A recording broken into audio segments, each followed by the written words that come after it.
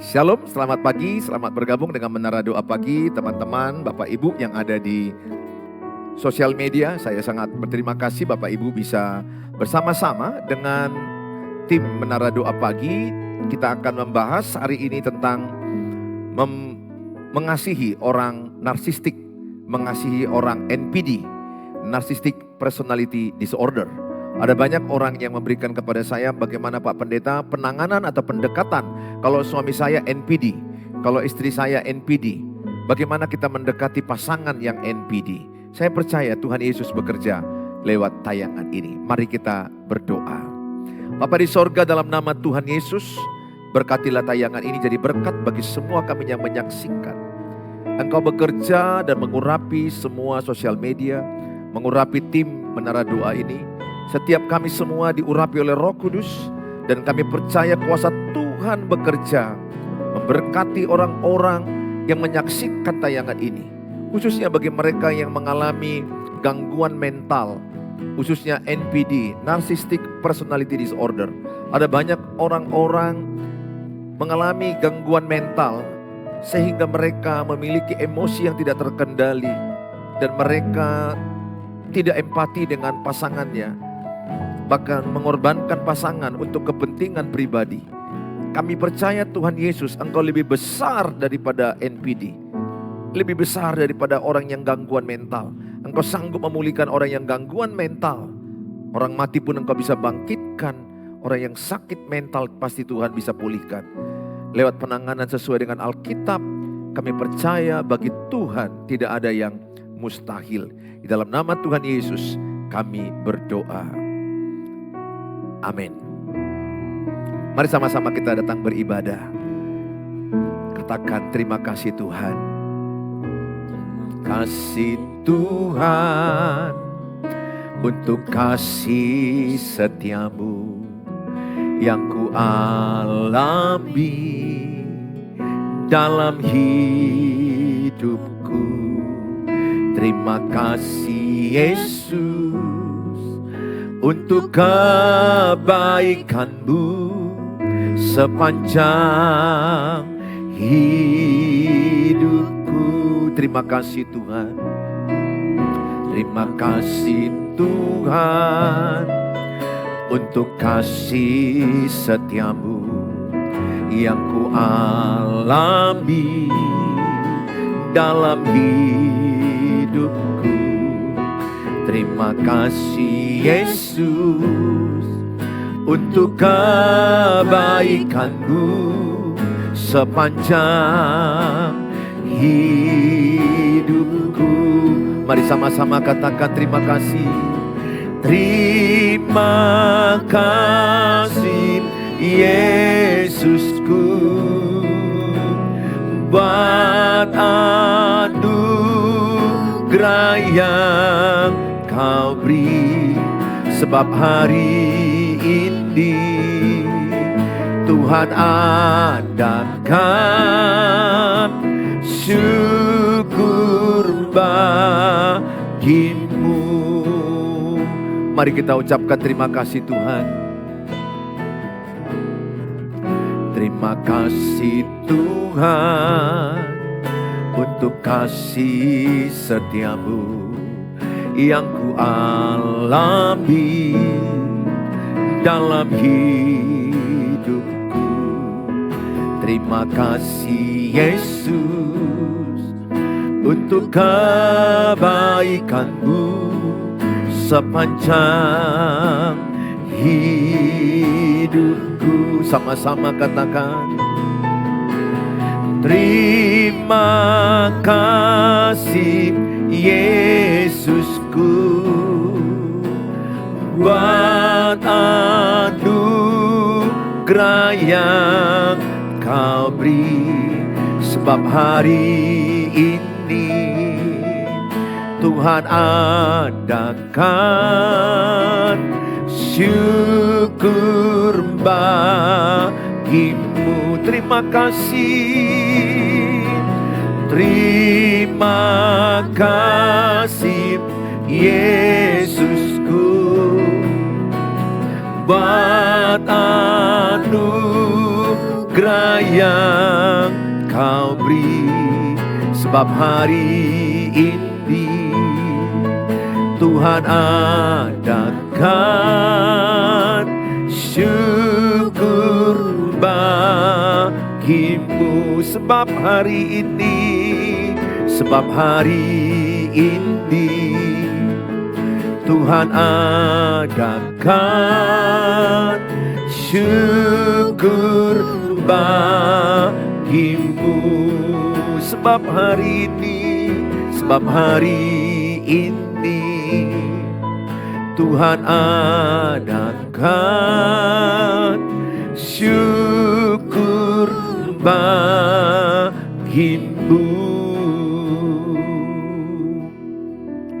Mari setiap kita bersyukur kepada Tuhan. Meskipun ada persoalan keluarga, keuangan, kesehatan, masalah hidup yang tidak siap-siapnya, percayalah ada kekuatan Tuhan ketika kita mengucap syukur. Ada mujizat Tuhan ketika kita mengucap syukur. Kasih setia Tuhan yang kita rasakan akan membuat kita mengalami kekuatan setiap hari. Katakan, kasih setiamu yang kurasakan. Setiamu yang kurasakan lebih tinggi dari langit biru. Kebaikanmu yang telah Kau nyatakan lebih dalam dari lautan. Berkat-Mu yang telah ku terima sempat membuatku terpesona. Apa yang tak pernah ku pikirkan, itu yang Kau sediakan bagiku. Siapakah aku ini Tuhan? Siapakah aku ini Tuhan? Jadi biji mata-Mu. Dengan apakah ku balas Tuhan selain puji dan sembah Kau? Siapakah aku ini? Oh, siapakah aku ini Tuhan? Jadi biji mata-Mu.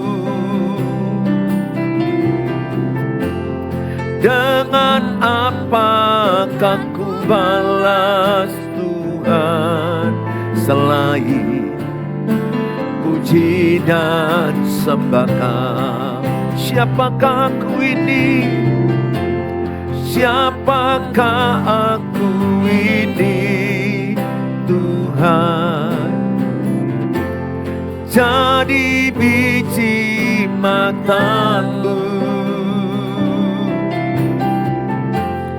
Dengan apakah ku balas Tuhan selain puji dan sembah Kau? Siapakah aku ini Tuhan? Jadi biji mata-Mu. Dengan apakah ku balas Tuhan selain puji dan sembah Kau? Selain puji dan sembah Kau, selain puji dan sembah Kau. Mari sembah Tuhan, kami sembah Kau Tuhan. Kami percaya kasih-Mu, kami percaya penyertaan-Mu, rancangan-Mu. Kami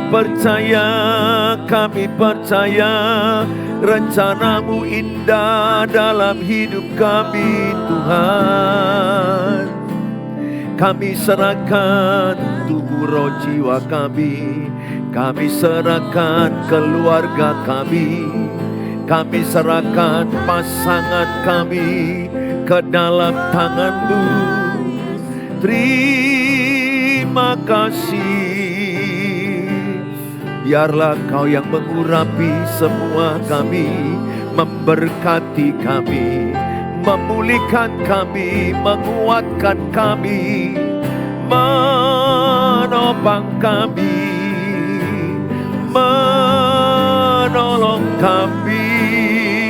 Oh Tuhan, terima kasih, terima kasih. Kasih setia-Mu memberkati semua yang menyaksikan, kasih-Mu yang sempurna memulihkan kami, memulihkan pernikahan, memulihkan pasangan anak-anak kami. Kami percaya sebelum Engkau datang, keluarga kami dipulihkan, pernikahan dipulihkan, anak-anak yang trauma tertekan dipulihkan. Oh, terima kasih Tuhan, terima kasih Bapa. Kuatkanlah hati kami. Biarlah setiap kami yang datang ya Tuhan, kuatkanlah hati kami melewati setiap persoalan yang berat. Tuhan Yesus selalu menopang kami. Kuatkanlah hati-Mu lewati setiap persoalan.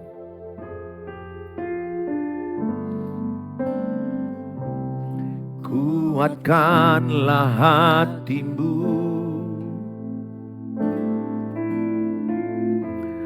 lewati setiap persoalan. Tuhan Yesus selalu menopang-Mu. Jangan berhenti harap padanya. Kuatkanlah, kuatkanlah hati-Mu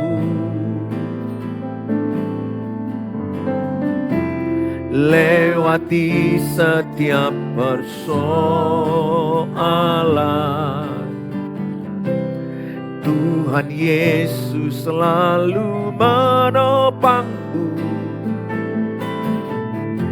Jangan berhenti harap padanya. Tuhan pasti sanggup, tangannya takkan terlambat untuk mengangkat-Mu. Tuhan masih sanggup, percayalah, Dia tak tinggalkan-Mu. Tuhan pasti sanggup, pasti sanggup, tangannya takkan terlambat untuk mengangkat-Mu.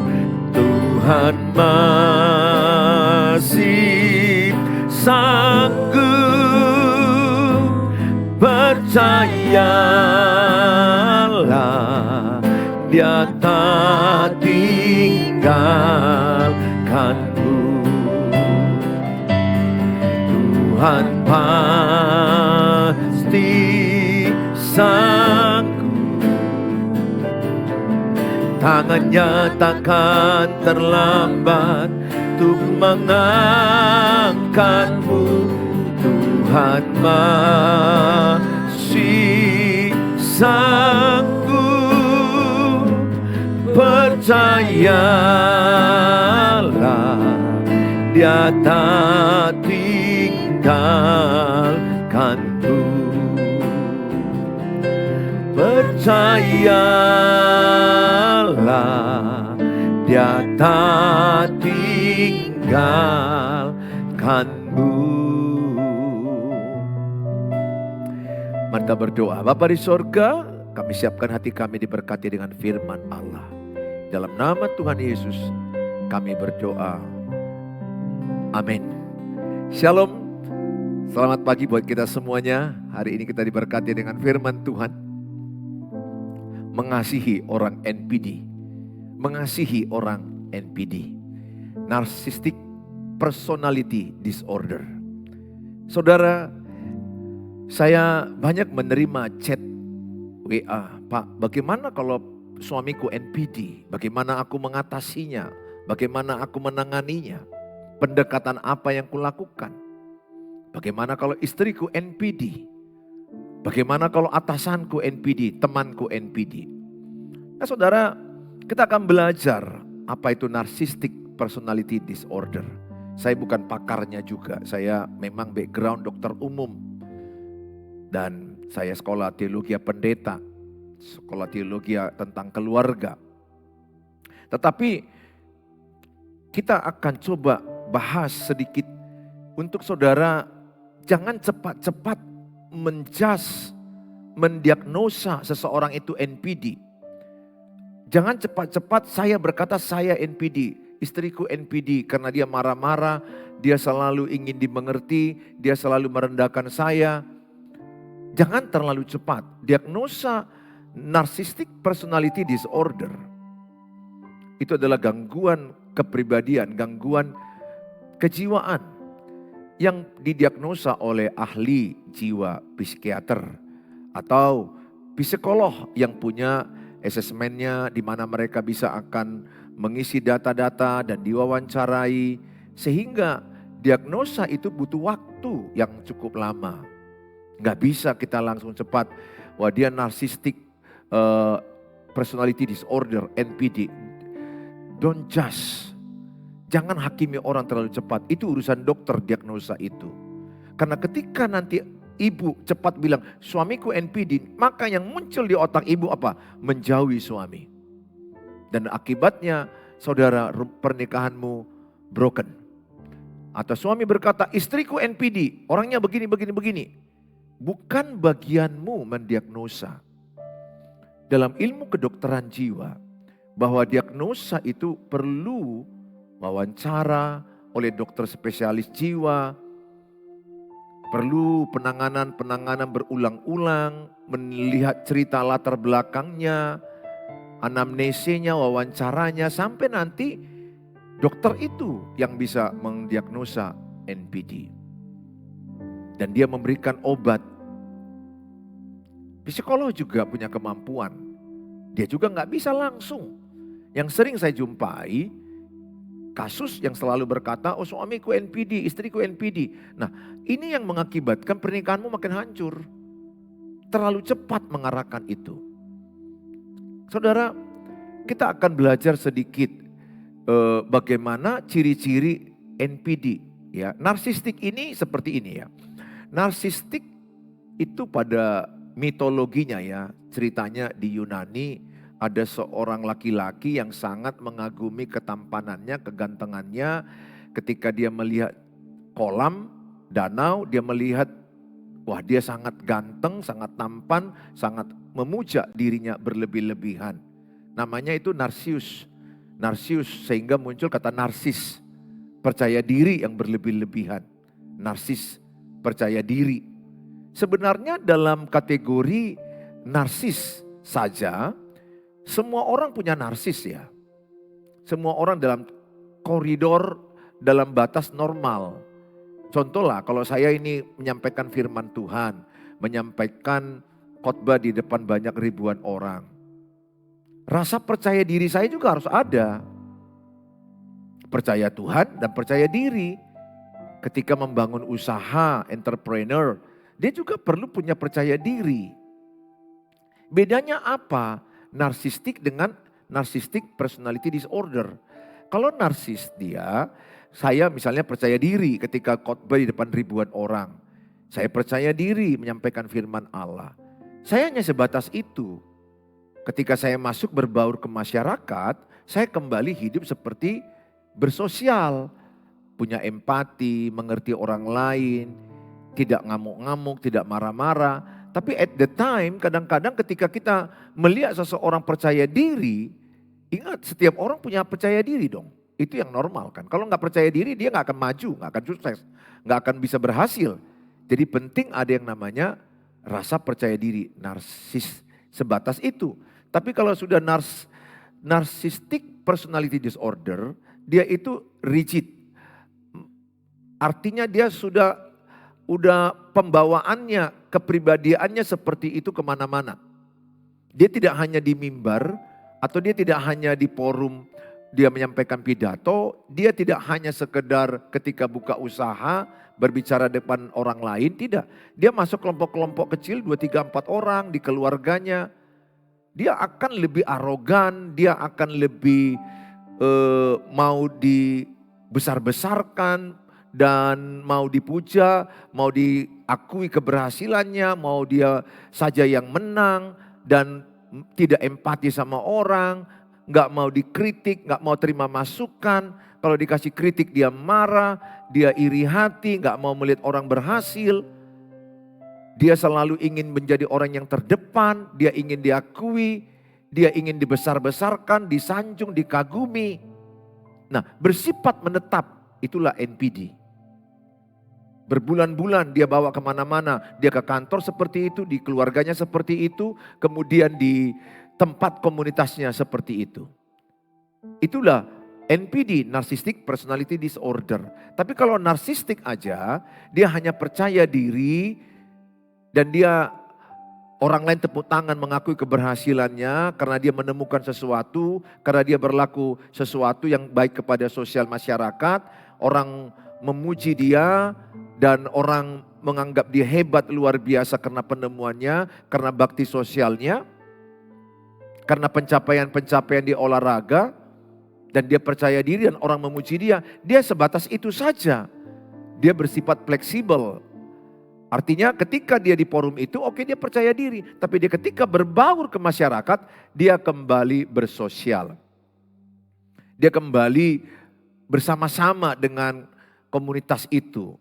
Nah, kalau dia yang NPD, dia itu akan tetap bawaannya. Artinya dia turun dari mimbar pun atau pengakuan orang sudah ada sama dia bawanya ke keluarganya, dia ingin dipuja di keluarganya, ingin diakui di keluarganya, suaminya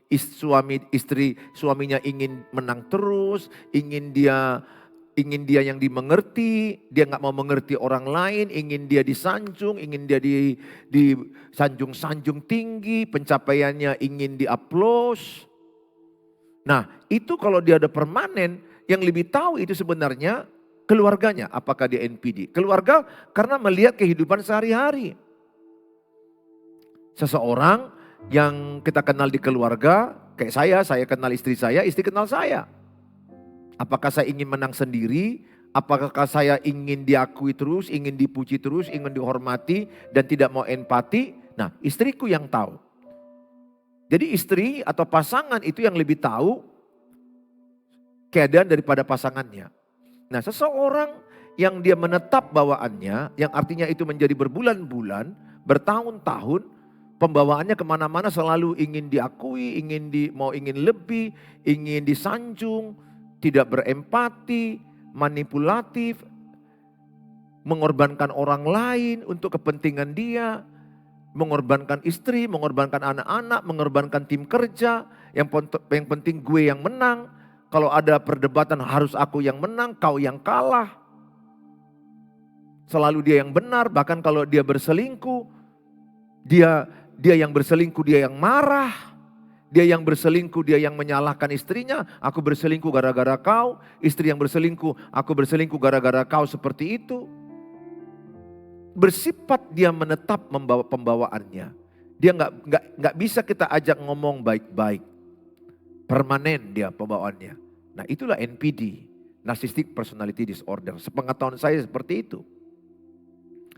Kalau dia hanya narsis, waktu foto dia percaya diri, waktu dia pidato atau bekerja usaha, nah itu adalah bersifat fleksibel. Kalau dia bersifat fleksibel, dia masih narsistik saja. Tapi kalau sudah dia permanen, udah terus menerus pembawaannya kemana-mana, selalu ingin dipuji, pergi di kuliah ingin dipuji, pergi dia ke gereja ingin dipuji, di pekerjaan ingin dihargai, ingin nomor satu, dan selalu iri hati, dan selalu ingin dia menang sendiri. Nah kalau dia permanen bawaannya seperti itu, berbulan dan bertahun, kemungkinan besar NPD. Saudara yang saya kasihi, kita akan belajar sebentar ciri-ciri NPD. Yang pertama, merasa dirinya penting. Merasa dirinya penting. Jadi dia merasa diri yang paling penting. Istrinya kurang penting, anak-anaknya kurang penting. Kalau dia pekerjaan, dia merasa diri yang paling penting dibandingkan tim-tim yang lain. Jadi dia ingin di atas terus, ingin diakui, ingin dipandang benar terus.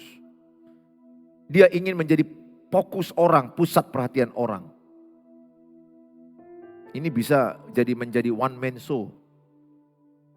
Bukan lagi tim, tapi dia one man show. Yang kedua, hayalannya yang berlebihan pada pencapaian. Jadi selalu mengagung-agungkan pencapaiannya. Aku ini kemarin berhasil loh buka usaha di sana. Usaha kami yang di sana omsetnya sekarang 5 juta per hari. Kami kemarin baru bangun rumah. Anak-anakku sekolah di luar negeri. Selalu bicara pencapaian, selalu bicara pencapaian. Jadi dia selalu mengagung-agungkan pencapaiannya. Dan dia berharap orang mengaplos pencapaiannya. Orang memberikan jempol, oh hebat, kamu hebat. Dia suka dengan pujian. Tapi dia menolak kritikan, dia menolak saran. Itu orang NPD. Dia selalu ingin dipuji, oh dia aplaus, ingin diakui, oh kamu hebat ya, kamu luar biasa. You are the best. Nah, dia suka dengan itu. Karena dia mengagungkan pencapaian dan pencapaiannya itu ingin dihargai orang. Kemudian orang NPD ini adalah meyakini dirinya lebih unggul. Jadi dipercaya dia lebih unggul. Wah aku ini lebih unggul daripada yang lainnya. Aku lebih hebat. Dia paling iri melihat orang lain lebih unggul dari dia. Kalau ada orang lebih hebat dari dia itu dia akan lebih gelisah. Dia selalu berpikir ingin bagaimana aku menjadi lebih unggul. Mengagungkan pencapaian dan selalu ingin lebih unggul. Yang keempat, orang NPD ini kebutuhan untuk dikagumi. Dia selalu ingin dikagumi. Maka dia senang dengan orang-orang yang dimanfaatkan dia, ya dikasih makan, dimudahkan. Tapi orang itu maunya mengagumi dia, mengaplos dia. Selalu hebat bapak, hebat ibu. Dia ini haus dikagumi. Selalu ingin dikagumi banyak orang. Yang kelima, merasa memiliki hak yang spesial. Dia merasa teristimewa karena dia merasa unggul, dia merasa hebat, dia merasa lebih dari yang lain. Jadi dia merasa spesial. Seperti PPIP begitu ya. Seperti orang yang dilakukan khusus bagi dia. Jadi kalau ada dia duduk di mana-mana, maunya perlakuan duduknya, tempat duduknya itu di tempat yang khusus. Kalau enggak tempat yang khusus, dia mungkin merasa enggak enak, enggak nyaman. Yang keenam, memanfaatkan orang lain, manipulatif, memanipulasi, eksploitasi daripada orang lain, dimanfaatkan orang lain, dimanipulasi, manipulatif. Dia mengorbankan orang lain demi dia tega. Mengorbankan pasangan demi dia sendiri. Mengorbankan istri. Menyalahkan istri. Dalam apapun yang diperbuat dia, asal dia naik ke atas. Supaya dia diakui orang baik, benar, hebat, dia bisa mengorbankan pasangannya. Manipulatif. Dia memanfaatkan orang lain. Dia gak segan-segan orang lain itu terpuruk, orang lain terluka, tersakitin. Dia gak peduli, dia gak ada empati, kurang empati, gak ada empatinya. Dengan apa yang dikatakan dia ketika dia marah, ketika dia menyakiti orang, dia nggak peduli perasaan orang. Pernah nggak dengar orang ngomong marah-marah, dia nggak peduli orang itu mau tersakiti, orang itu mau bunuh diri dengar omongan dia, sakit jiwa dengar omong dia. Kan jumpa orang NPD ini, kita pun bisa mengalami sakit jiwa juga lama-lama. Makanya perlu ada batasan kalau itu dalam pekerjaan. Bahkan suami istri kalau tiap hari kita mendengarkan kata-kata racun. Gak gampang kalau pasanganmu itu NPD. Nanti kita akan bahas di sesi berikutnya bagaimana pandangan Alkitab kalau pasangan kita NPD. Saudara, gak gampang. Jadi dia ingin menang terus dan dia ingin menyerang. Dan dia orangnya agresif, menyalahkan. Dia gak peduli perasaan orang. Jadi apa yang diucapkan dia itu, dia marah-marah, dia gak peduli. Orang itu terluka, tersakiti, gak bisa tidur, tertekan mental. Memang gua pikirin EGP, kira-kira begitu bagi dia. Dia gak mikir ya akibat apa kata-kata yang dikeluarkan dia. Harusnya kan yang normal itu kalau kita marah, saya juga bisa marah. Kemudian ketika saya sadar, oh dia udah menyakiti hati dia, udah membuat dia gak bisa tidur, menyinggung perasaannya. Saya kadang WA, sorry ya aku tadi marah ya. Sorry ya menyakiti hatimu. Nah itu yang normal kan seperti itu. Tapi kalau NPD gak mau minta maaf. Dia merasa benar dan dia menyerang, dia menyalahkan. Dia mengintimidasi, meracuni. NPD toksik kepada lingkungannya. Kasihan kalau istrinya korban dia, anak-anaknya korban. Karena suami yang mau menang sendiri, suami yang mau menang sendiri. Atau istrinya yang NPD mau menang sendiri, mau apa yang diperlakukan dia mau rasa benar. Dan kemudian kalau dinasehati dia menyerang suaminya. Agresif. Ingat ya. Orang NPD ini dia gak peduli perasaan orang. Apa yang dilakukan dia, apa yang dikatakan dia gak peduli. Apakah orang itu jadi terluka, tertekan mental. Tentu orang yang di sekelilingnya pasti keracunan. Perlu dia me time. Orang-orang istrinya kalau dia suaminya NPD, ya istri perlu me time, menyehatkan diri, perlu ada batas juga. Tapi tidak boleh cerai. Di Alkitab tidak boleh perceraian, kecuali kematian. Nanti kita akan belajar sesi berikutnya bagaimana penanganan Alkitab kepada orang yang NPD. Dalam kitab Lukas 5 ayat 32, Tuhan Yesus datang mencari orang yang berdosa. Lukas 19 ayat 10. Tuhan Yesus datang mencari orang yang terhilang. Tuhan Yesus mencari orang berdosa, orang yang terhilang termasuk NPD. Tuhan mau selamatkan mereka. Tuhan mengasihi orang-orang NPD. Sehingga aku berkata kepada saudara, di sesi berikutnya, dengar bagaimana penanganan Alkitab, pandangan Alkitab terhadap NPD. Pendekatan Alkitabiah kepada orang NPD. Gak boleh kalau suami istri berkata kami jauh-jauhan, kami pisah-pisahan, kami cerai, aku gak sanggup lagi. No, ada batas betul, bercerai tidak. Bahkan Tuhan bisa menangkan dia. Tuhan bisa ubahkan. Orang mati aja bisa dibangkitkan. Apalagi orang NPD. Memang tidak semudah yang kita bayangkan. Memang sulit, tapi bagi Tuhan tidak ada mustahil. Lukas 1 ayat 37 dikatakan bagi Allah tidak ada yang mustahil. Markus 9 ayat 23, bagi orang percaya tidak ada yang tidak mungkin. Kita percaya Tuhan sanggup membangkitkan orang mati. Tuhan juga sanggup memulihkan NPD, Narcissistic Personality Disorder. Saudara, yang berikutnya adalah nomor 7, ciri-ciri NPD, kurangnya empati. Dia gak punya empati, dia gak punya perasaan bahwa apa yang dikatakan, apa yang diperbuat dia sudah menyakiti orang di sekitarnya. Menyakiti pasangan, menyakiti anak-anak, menyakiti tim kerja. Maka orang-orang bisa gak tahan. Orang yang tahan itu mungkin orang-orang yang ya terpaksa menahan-nahankan. Dan kalau mau menahankan dia harus sering memuji-muji dia, aplaus dia, mengagung-agungkan dia, mengangkat dia tinggi. Supaya dia tersanjung. Nah, orang-orang begitu dia suka. Tapi dia bisa memanfaatkan orang lain untuk kepentingannya. Mau orang itu jadi korban, pokoknya dia untung dan mencapai tujuan dan targetnya. Yang kedelapan, orang NPD ciri-cirinya rasa cemburu atau iri yang berlebihan. Rasa cemburu atau iri yang berlebihan.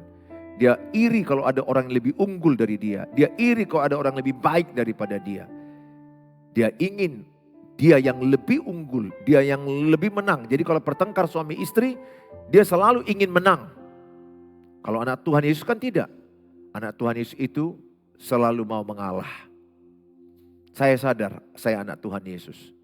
Jadi kemanapun kalau ada pertengkaran, setelah saya sampaikan ide-ide saya, maka saya akan mau mengalah.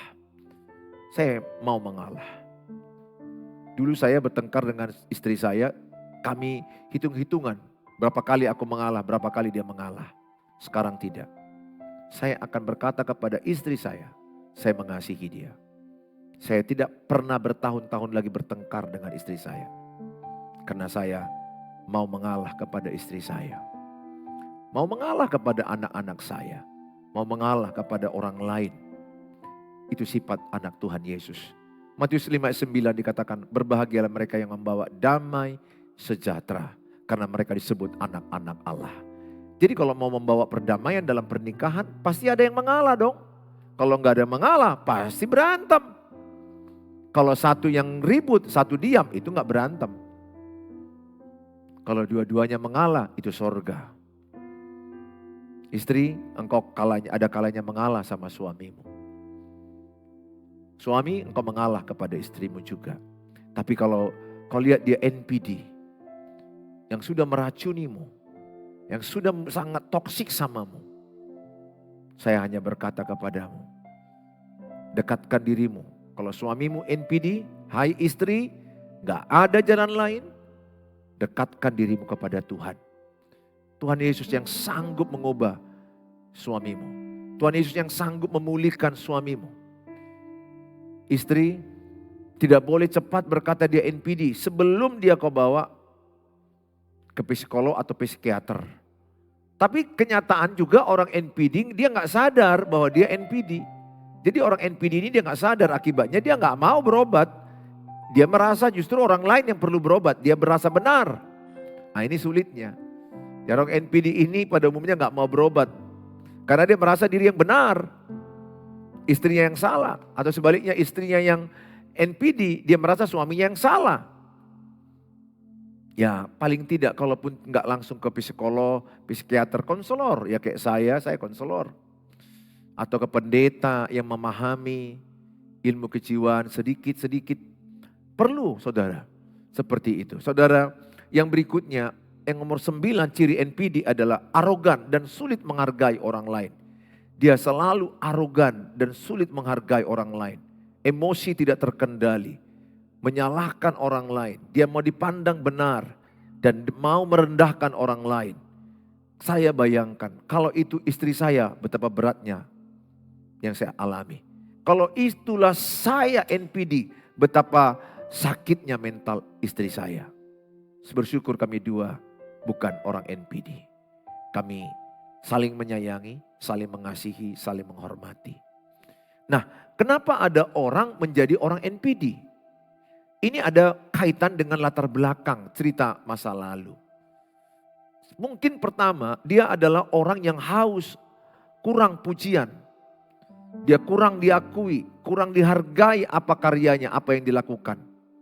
Selalu disalahkan. Jadi orang yang kurang pujian, kurang pengakuan masa kecil. Inner childhood-nya, masa kecilnya itu tidak ada pujian. Selalu disalahkan. Atau yang kedua juga sebaliknya. Dia selalu dipuji-puji. Nah ini juga. Bisa juga terlalu dipuji-puji. Wah dia benar. Pernah enggak ibu mengajarkan ke anak ketika anakmu jatuh. Masih kecil anakmu 3 tahun. Saya pernah, saya ingat saya salah. Kita pukul meja. Oh meja ini jahat. Itu salah. Jangan lakukan pukul meja. Harus bilang sama anak. Lain kali nak jalan hati-hati. Walaupun umurnya 3, 4, 5 tahun. Lama-lama dia paham bahwa aku yang salah jalan. Kalau dulu kan kita lihat orang tua, ibu pukul pintu. Oh, pintu ini jahat. Oh, meja ini jahat. Kita pukul benda mati, kita menyalahkan benda mati. Sehingga anakmu tumbuh kembang selalu akan berpikir orang yang salah, dia selalu benar. Ingat, jangan terlalu puji anakmu. Jangan berlebih-lebihan, secukupnya. Ada kalanya dipuji ketika benar, ada kalanya ditegur ketika dia salah. Jadi ada juga faktor genetika. Bapaknya itu NPD, anaknya NPD. Jadi kayak keturunan begitu. Bapaknya orangnya arogan, percaya diri, dia yang benar, emosional, marah-marah. Kalau nggak dihargai dia, kalau istrinya menjawab dimarahi, bisa fisikal loh, bisa memukul, physical abuse, bisa memukul pasangannya karena dia disakiti, karena dia nggak dipuji, nggak diakuin. Wah, dia bisa marah, bisa memukul. Makanya ada suami yang NPD bisa pukul itu istrinya. Dan dia nggak merasa bersalah, dia sudah pukul istrinya. Jadi kalau bapaknya atau mamanya NPD, berpotensi anak-anak NPD. Karena Alkitab bilang tidak jauh buah jatuh dari pohonnya. Jadi anak-anak tidak jauh dari ayah ibunya. Saya berharap Bapak Ibu dari tayangan ini, setiap saudara tidak tahu latar belakang yang jelas yang pasti memang. Tapi gambarannya seperti itu. Bisa karena genetika, papa mama yang NPD, anaknya NPD. Bisa juga karena faktor lingkungan yang selalu mengagung-agungkan dia.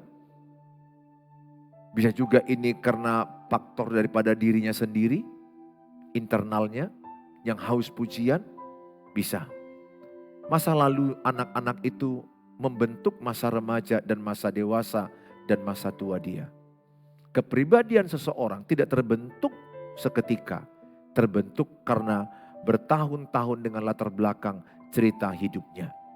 Dia menyaksikan bapak yang selalu egois, bapak yang selalu ingin menang sendiri, ingin diakuin. Dan dia selalu merendahkan istri dan anak-anaknya, tidak berempati kepada istri anak-anaknya. Tidak ada perasaan bahwa anaknya sudah terluka. Maka tidak heran, anak-anaknya berpotensi, berpeluang NPD. Saudara, aku berdoa lewat tayangan ini, bagikanlah kepada banyak orang lain. Jangan cepat menghakimi orang NPD. Jangan cepat mendiagnosa dirimu NPD. Itu tugas psikiater dan psikolog. Gambaran ciri-cirinya mungkin dari antara 9 ini. Biasanya kata psikiater 5 dari 9 ini. Kalau ada 5 dari 9 ini, maka dia kemungkinan besar terdiagnosa dengan NPD. Tapi itu tidak seketika waktunya, makanya diagnosa NPD ini nggak bisa dalam seminggu. Ya beberapa waktu ditelusuri, perkembangan-perkembangan, baru psikiater yang akan mendiagnosa NPD.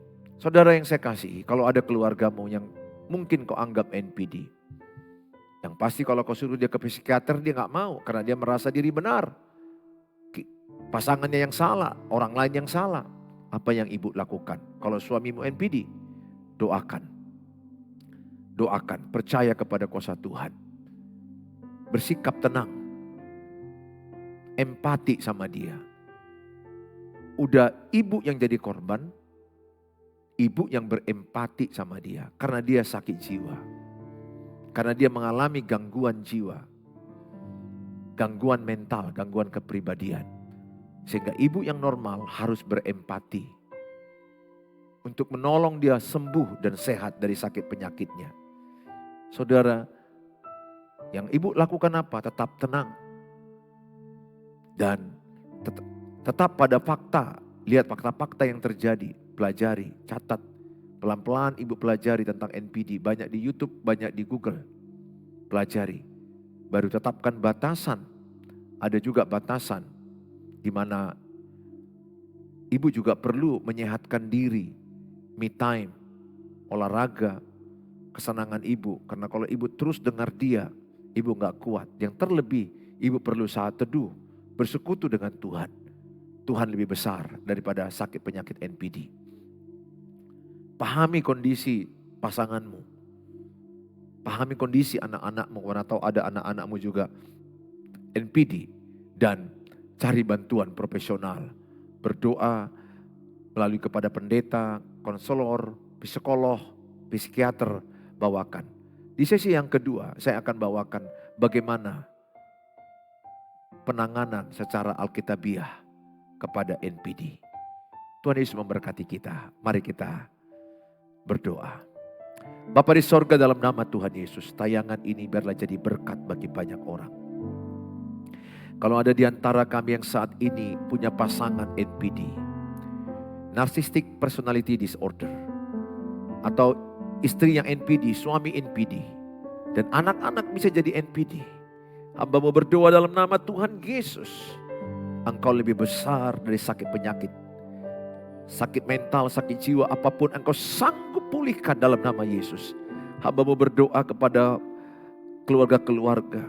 Kalau mereka ada mengalami yang namanya gangguan mental, gangguan kepribadian, yang selalu pembawaannya ingin menang sendiri, emosional, marah-marah, merendahkan, tidak empati.